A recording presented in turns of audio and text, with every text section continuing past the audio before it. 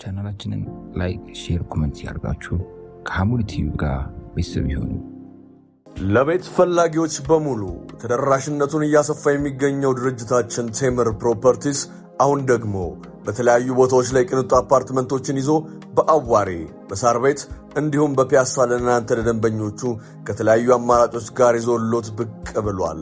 ከባለ 1 እስከ ባለ 3 መኝታ በተጨማሪ በገላን ላይ ዘመናዊ ንግድ ሞሎችን አዘጋጅተን እየጠበቅነው እንገኛለን። ታዲያ ምን ይጠብቃሉ? ለበለጠ መረጃ ታች በምናስቀምጥለው ስልክ ይደውሉልን። ቴምር ፕሮፐርቲስ። በአንድ ወቅት ነብዩ ሰለላሁ ዐለይሂ ወሰለም ከሰሃቦቻቸው ጋር ከአቡበከር ከዑመር ከዑስማን ጋር ሆነው ልክ ሲወጡ ይሄ ተራራ ከደስታ የተነሳ ማለት ነው ተርገበገበ፣ መንቀጥቀጥ ጀመረ። እስቡት ኡሁድ አሉት። አንተ ኡሁድ ወይ ተረጋጋ፣ እስቲ ተረጋጋ። ፈኢነ ዐለይከ ነቢዩን፣ በአንተ ላይ እኮ ነቢይ አለብህ። እንደዚህም ወስዲቅ አቡበከር ስዲቅ አለ እና ሁለቱ ሸሂዶች አሉ። ማን? ዑመርና ዑስማን ሸሂድ ሆነው እንደሚሞቱ ነብዩ እየተናገሩ ነው። እንደሚታወቀው ዑመር እያሰገዱ ነው፣ ፈጅር ሰላት እያሰገዱ ነው ተወግተው የተገደሉት። ዑስማንም እንደዚሁ በሰው እጅ ነው የተገደሉት። ስለዚህ ኡሁድ ነብዩ ሰለላሁ ዐለይሂ ወሰለም ይወደናል እንወደዋለን ያሉ ጉዝ የሚወዳቸው የሚያከብራቸው ረሱል ዐለይሂ ሰላቱ ወሰላም ይሄ የቆሙበት ቦታ ጦርነት ያደረጉበት ቦታ ነው። እንግዲህ በዚህ ጦርነት ላይ 3ኛው ዓመተ ሂጅራ ላይ ጦርነት የተደረገበት 70 ሹሃዳዎች የተቀበሩበት ማለት ነው። ሐምዛን ጨምሮ ሌሎችም ጀግኖች ሰሃቦች የሞቱበት ለነብዩ ዐለይሂ ሰላቱ ወሰላም መስዋዕት የከፈሉበት ቦታ ነው። ዛሬ አላህ ካለ እንግዲህ ከኔ ጋር የምናየው ቆይታ የሁለት ሰሃቦችን ታሪክ በዚች ጦርነት ላይ ያደረጉትን የከፈሉትን መስዋዕት እንመለከታለን። አንደኛው ዛሬ የምናየው ሙስዓብ ኢብኑ ዑመይር። ሙስዓብ ማለት መካ ላይ በነበረበት ሰዓት የሚለብሰው ልብስ በጣም የሚያምር፣ ሙስዓብ ማለት የሚቀባው ሽቶ በጣም የሚያምር ብራንድ የሆኑ ያማሩ ሙስዓብ መጣ ተብሎ ይለይ ነበር። በሚለብሰው ልብስ በሚቀባው ሽቶ ልዩ ነበረ ከእስልምና በፊት። ነገር ግን እስልምናን ከተቀበለ በኋላ ያ ሁሉ ሀብቱን አጣ ሙስዓብ። ለአላህ ዲን ለነብዩ ሰለላሁ ዐለይሂ ወሰለም ሲል ሁሉንም አጣ ሙስዓብ። ከመዲና ሰዎች እስልምናን ተቀብለው ሲመጡ እንደው አስተማሪ እኮ ቢልኩልን ሚያስተምረን ሲባል በእስልምና ታሪክ የመጀመሪያው የኢስላም አምባሳደር ሙስዓብ ኢብኑ ዑመይር ይባላል። ሙስዓብን ላኩላቸው ነብዩ ሰለላሁ ዐለይሂ ወሰለም። የአላህን ኪታብ የቀራ ቁርአን የቀራ የነብዩን ዲን የተረዳ ሰሃበይ ስለነበረ ሂጅራ ሄዷል፣ ወደ ሀበሻ መጥቷል። ከሀበሻ ስደት በኋላ ድጋሚ ወደ መዲና ሄዶ የመዲና ሰዎችን ሲያስተምር ነበር ሙስዓብ ኢብኑ ዑመይር። ሙስዓብ ኢብኑ ዑመይር በዚህ ጦርነት ላይ የከፈለ መስዋዕት ከባድ ነበር። ባንዲራ ይዞ ነበር፣ የኢስላምን ባንዲራ ይዞ ቀኝ እጁን ቆረጡት። ሙስዓብን ሲቆርጡት በግራ እጁ ያዘ። ግራ እጁን ሲቆርጡት በአንገቱና በትከሻው መካከል እንደዚህ አድርጎ እጅ የለም ተቆርጧል። የላኢላሃ ኢላላህን ባንዲራን ያዘ። እንደዛም ሆኖ በቀስት መቱት። ሙስዓብ ሸሂድ ሆነ። ሙስዓብ ሸሂድ ሲሆን ግን በጣም የሚያጅባችሁ የሚከፈንበት ልብስ ጠፋ። ያ መካ ላይ እንደዛ ሲለብስ የነበረ ያ መካ ላይ እንደዛ የሚቀባው ሽቶ ያማረ የተረፈ በጣም ብዙ ልብሶች አሉት ሙስዓብ ሲሞት ግን ሸሂድ ሲሆን የሚከፈንበት ጠፋ። ምን ይላል ሐባብ ኢብኑ አልዓረስ ሲናገር፣ እንደው ከኛ ወደ መዲና የተሰደደ አለ፣ ለአላህ ዲን ብሎ ቤት ንብረቱን ትቶ የመጣ አለ። ከኛ መካከል በዱንያ ላይ እዚህ ትርፋማ የሆነ ማለት ምርኮ ያገኘ ብዙ ሀብት ያገኘ አለ። ከኛ መካከል ደግሞ ምንም ሳያገኝ ይሄዳል። ምናልባት ለኛ አላህ ዱንያ ላይ አቻክሎልን ነው አኺራስ እንዴት ይሁን ብሎ ሰግቶ ከዛ መካከል ያላገኙት አለና ሙስዓብ ነው። ሙስዓብ ሲሞት አለ ፊቱ ሲሸፈን እግሩ ይከፈታል፣ እግሩ ሲሸፈን ፊቱ ይከፈታል። ለነብዩ ሰለላሁ ዐለይሂ ወሰለም ተነገራቸው። የአላህ መልእክተኛ ነብዩ ሰለላሁ ዐለይሂ ወሰለም ምን አሉ? ፊቱን ሸፍኑትና እግሩን ደግሞ እዝኺር በሚባለው የሳር ቅጠል በሱ ደግሞ ሸፍናችሁ ቅበሩት አሉ ነብዩ ሰለላሁ ዐለይሂ ወሰለም። ሙስዓብ በጣም የተወደደ ሙስዓብ ለዲን የከፈለው መስዋዕት ከባድ ነበረ። ለአላህ ዲን ሲል ሁሉን ነገር ያጣ፣ ነገር ግን አላህ በጀነት ያንበሻበሸው። እኔስ ለአላህ ዲን ምን አደረኩኝ? ስራዬ ተበላሸብኝ ብዬ ንግዴ ተበላሸብኝ ብዬ የሆነ ነገር ሆነብኝ ብዬ ስንት ሰላት አምልጦኛል፣ ስንት ከዲን ርቅ ያለው ራሳችን ምን ጠይቅበት ነው። እዚህ ቦታ ስንመጣ የሰሃቦችን ታሪክ ስንማር ይሄንን ውስጣችን እንዲገባ የዲን ፍቅር እንዲመጣ ነው። ሁለተኛው ሰሃቢይ ደግሞ እዚች ማዕረካ ላይ በጂሃር ላይ ከሞቱት በዚህ ጦርነት ላይ ከሞቱት የነብዩ አጎት የሆኑት የነብዩ የጡት ወንድም የሆኑት ሐምዛ ኢብኑ አብዱል ሙጠሊብ ያ ጀግና ሰሃቢ መስዋዕት የከፈለበት ቦታ ይህ ቦታ ነው። ነብዩ ሰለላሁ ዐለይሂ ወሰለም ጦርነት በሚያደርጉበት ሰዓት ላይ አንድን መልእክት አስተላለፉ። እቺ ጀበል ሩማት የሚባል እዛ ጋር የምታዩት ጀበል ሩማት ይባላል። ይሄ ጀበል ሩማት የሚባለው ቀስተኞችን የመደቡበት 50 ቀስተኞችን የመደቡበት ብናሸንፍም ብንሸነፍም እቺኛዋን ተራራ ለቃችሁ እንዳትመጡ አሉ ነብዩ ሰለላሁ ዐለይሂ ወሰለም። ብንሸነፍም የማን ትእዛዝ ነው? የረሱል ሰለላሁ ዐለይሂ ወሰለም ትእዛዝ ነው። ከዛ በኋላ ሙሽሪኮች ሲያፈገፍጉ የዚህ ጊዜ ግማሽ ሰሃቦች የተወሰኑት አብዛኛው ማለት ይቻላል ምርኮ እንካፈል ብለው ቦታውን ለቀቁት። የተወሰኑ ሰሃቦች ደግሞ ይህንን ቦታ አትልቀቁ ተብላችኋል የነብዩን አደራ አሉ። አይ ብሎ ሄዱ።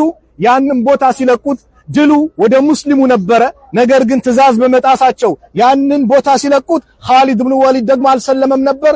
በጀርባ መጣና ሁሉንም አጠቃቸው። በዛ ጦርነት ውስጥ ታላቁ ሰሃቢ ሐምዛ ኢብኑ አብዱል ሙጠሊብ በጣም ሲታገል የነበረ በጣም ለነብዩ ሰለላሁ ዐለይሂ ወሰለም ዲን ሲለፋ የነበረ ሐምዛ ማለት እስልምናን ሳይቀበል በፊት ለነብዩ የነበረው ክብር ልዩ ነበረ። በአንድ ወቅት መካ ላይ ነብዩ ዳዕዋ ሲያደርጉ አቡ ጀሃል ነብዩን ሰደባቸው፣ ብዙ አዛረጋቸው። አንድ ሴት ወደ ጫካ ውስጥ መጣች። ስትመጣ ሐምዛ እያደነ ነው። አንተ እዚህ ጀግና ነኝ ትላለህ፣ እዚህ ታድናለህ፣ ወንድምህ ልጅ አቡ ጀሃል እንደፈለገ እየሰደበው እየመታው ስትላቸው ሐምዛ በንዴት እንዴት የወንድሜ ልጅ ይነካል ብሎ እስልምናን አልተቀበለም። መጣና አቡ ጀሃልን በሰይፉ ጭንቅላቱን መታው፣ መሬት ላይም ጣለው። ወንድ ኮንክና ነኝ ግጠመኝ አለው። እንደውም ካም በኋላ የሱን ዲን ተከትያለሁ፣ እስላምን ተቀብያለሁ፣ ማን ነው የሚናገረኝ አለ ሐምዛ። ለዚህ ነው ሐምዛ ሰለመ። ከ3 ቀን በኋላ ደግሞ ጀግናው ሰሃቢ ዑመርም ሰለሙ። የዛኔ ነው ሰሃቦች ሐምዛና ዑመር ከሰለሙ በኋላ ቀና አልን ይላሉ። አላህ ጀግኖችን አላህ ያምጣልን። ከዛ በኋላ ሐምዛ እንግዲህ የነብዩ አጎት ነው፣ የጡትም ወንድም ነው። ሱወይበቱል አስለሚያ ጋር ነብዩ አብረው ጠብተዋሉና የጡትም ወንድማቸው ነው። በዚህ ጦርነት ላይ በድር ላይ ትልቅ ጀብድ የሰራ ነው፣ ትልቅ ጀግንነትን ያሳየ ነው። የዚህ ጊዜ ሂንድ እንደው ቤተሰቦችን ጨርሶብኛል ብላ ሐስባ ወህሺ የተባለው አንባሪዋን እንደው ዛሬ ስራ ሰጣሃለው በዚህ ጦርነት ላይ ያንተ ሚና ሐምዛን መግደል ነው አለችው። ወህሺ የሚባለው ሰው በጣም አነጣጣሪ ነው። ጦር ይዞ አንዴ ከለቀቀ አይስትም። ከዛ በኋላ ሐምዛን ብቻ ጠቆመችው። ሐምዛ እየተዋጉ ነው፣ እዚህ እያሉ ነው። ሐምዛን ብቻ ለይቶ ከርቀት በጦር ወረወባቸው። ሐምዛ ወደቁ። የሐምዛን ጀናዛ መጥቶ አሳያት። ጦርነቱ ካለቀ በኋላ ጉበቱን ቆረጠችው፣ አወጣችው። ለማኘክ ሞከረች፣ አልቻለችም። በቃ አላህ ከለከላት። ታላምጧለች፣ ግን ውስጥ ሊገባ አልቻለም። ልታኝኩ አልቻለም። ከዛ በኋላ በዚህ መልኩ ሐምዛን ቆራረጠችው። ነብዩ በጣም አዘኑ፣ ቀልባቸው ተነካ። ለምን መሞቱ ብቻ ሳይሆን እንደው የተደረገበት ነገር በእስልምና አስተምሮ እንደው ስገሉ ማገዳደላችሁን አሳምሩ ነው እኮ በትክክለኛ ጂሃድ ላይ። ለምን አፍንጫ መቁረጥ፣ ጆሮ መቁረጥ በእስላም የለም፣ ክልክል ነው። ስትገድሉ አገዳደላችሁን አሳምሩ። ከማን ከጠላት ጋር ጦርነት ላይ ገብታችሁ እንኳን እንደው መግደል ነው እንጂ ጆሮ መቁረጥ የለም በእስልምና። ነብዩ ሰለላሁ ዐለይሂ ወሰለም በጣም አዘኑ በሐምዛ እንደዚህ መሆን፣ ቀልባቸው ተነካ።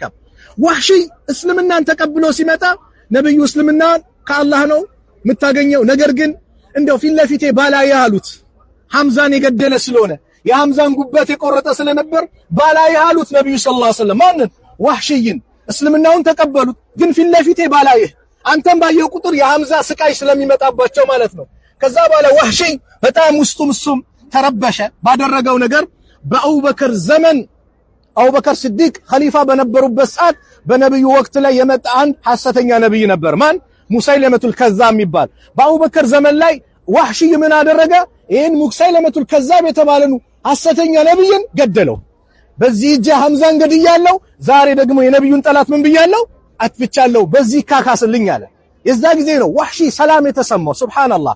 እና ይሄ ቦታ ማለት እነዚህ ድንቅ ሰሃቦች የተቀበሩበት ለኢስላም የከፈሉት መስዋዕት ብዙ ነው።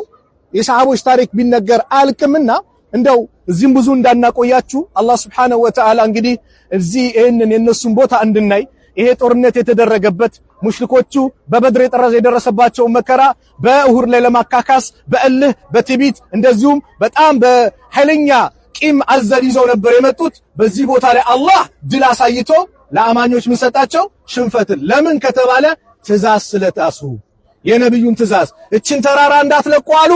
ጣሱ ትእዛዝ መጣስ የነብዩን ትእዛዝ መጣስ ሁልጊዜም ለምን ያደርጋል ለውድቀት ያደርጋል ነብዩ ምን አሉ የመጨረሻ ንግግሬ ኩሉ ኡመቲ يدخلون الجنة إلا من أبى ሁሉም የኔ ኡመት ጀነት ይገባል ጀነት ግባ ሲባል እምቢ አላሉ ቂለ ወመን يأبى يا رسول الله ማን ነው እሱ ጀነት ተዘጋጅቶለት እምቢ የሚለው አሉ ሰሃቦች ነብዩ ሰለላሁ ዐለይሂ ወሰለም ምን አሉ መን አጣኒ እኔን የታዘዘኝ دخل الجنة ጀነት ገባ ወመን አሳኒ እኔን ያመፀኝ እምቢ አለ ትእዛዜን ደሞ የጣሰ ፈቀድ አባ ጀነት ግባ ሲባል እምቢ አለው ይህ ሰው ነው አሉ ስለዚህ የነብዩን ትእዛዝ አክብረን በሳቸው ትእዛዝ ላይ ቆይተን ነገ ጀነት ውስጥ የምንሰባሰብ አላህ ያድርገን የሁላችንም መጨረሻ አላህ ያሳምርልን አላህ Subhanahu Wa Ta'ala ከነዚህ ከተወደዱ ከአላህ ጀግና ባሪያዎች ጋር ነገ የውመል ቂያማ ጀነት ውስጥ አላህ ይሰብስበን እነሱን የምንመለከት አላህ ያድርገን የነብዩ ጎረቤት አላህ ያድርገን የሳቸውን ሐውድ ነገ የውመል ቂያማ በእጃቸው የምንጠጣ አላህ ያድርገን እንደው ሱናቸውን ፈለጋቸውን ተከትለን ነብዩ ሰለላሁ ዐለይሂ ወሰለም ኡመቲ ብለው ከሚናፍቋቸው ባሪያዎች መካከል አላህ ያድርገን የሁላችንም መጨረሻ አላህ ያሳምርልን እዚህ ቦታ ላይ መካ ላይ መዲና ላይ በየጊዜ የምንመላለስ አላህ ያድርገን ይሄንን እድል አላህ ይወፍቀን ሁሌ የምንመጣ አላህ ያድርገን እንደው ቀልባችንን ለዚህ መስጊድ የሚተንጠለጠል አላህ ያድርግልን ለመዲና ለመካ ፍቅር አላህ ውስጣችን ይሙላልን የመዲናና የመካን ፍቅር በውስጣችን አላህ ይሙላልን ሁሌ የምንመጣ አላህ ያድርገን ቤተሰቦቻችን የምናመጣ አላህ ያድርገን ربنا آتنا في الدنيا حسنة وفي الآخرة حسنة وقنا عذاب النار